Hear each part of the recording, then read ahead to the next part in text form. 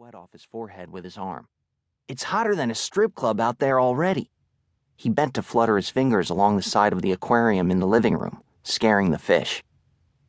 I picked up my bowl and dumped it in the sink, grinding cereal dregs down the disposal. "Like you'd know," I said. "Dude, you have no idea what Deuce and I have been up to this summer, all locked up in your house like Mother Superior."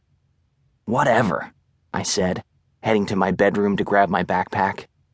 "I know you haven't been to any strip clubs. Stacy would kill you both. Deuce for going, and you for taking him." We left the house and plunged out onto the sidewalk. Mason immediately lit a cigarette. He took a long drag and blew the smoke through the side of his mouth. "What Stacy doesn't know about her faithful little Deucey Poo won't kill her," he said. "He's dating her, not married to her. A dude's got needs." I chuckled. "You've got needs, all right. Special needs." Mason punched me in the arm and took another drag off his cigarette. A bus groaned past us, and we heard chatter spill out its open windows. It was weird how normal the noise sounded, like any other first day of school. Definitely not like the first day of a new school year after the infamous Garvin High massacre, courtesy of one sick bastard. My friend, Nick Leavell.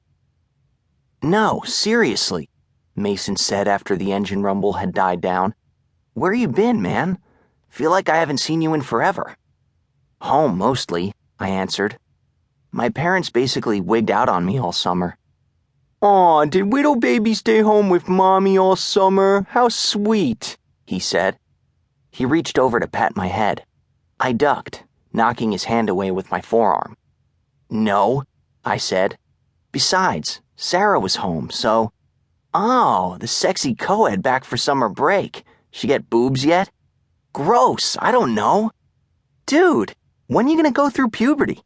"Never when it comes to looking at my sister's boobs. You're a freak. Does your sister Amy know what kind of freak you are? Somebody should warn her." He stopped, looked at me earnestly. "It's okay, Friar Tuck. I'll still be your friend, even if you never discover girls."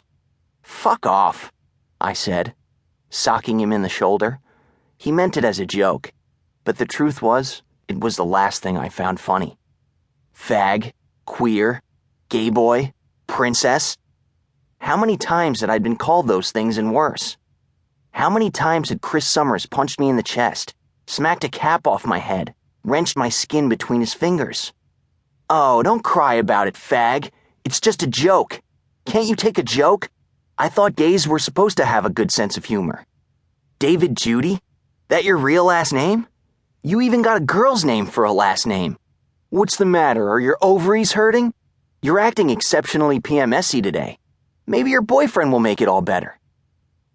I tried to shrug off the memory of Chris Summers saying or doing anything. He wasn't calling anyone a fag now. He was dead. Mason rubbed his shoulder where I'd hit him. "Dang, man, just kidding." "Sorry," I mumbled. We walked in silence for a few minutes, then I asked, "You think there's going to be a bunch of, I don't know, assemblies or something about it?" I asked. Mason took a last long drag off his smoke and flicked the butt ahead of us onto the gravel. 4 steps later, I ground it out with my shoe without missing a beat. "Nah, I think they want to move on, pretend it didn't happen. Bridget said her dad's one of the contractors, and they've painted and remodeled everything. Doesn't even look like the same place anymore."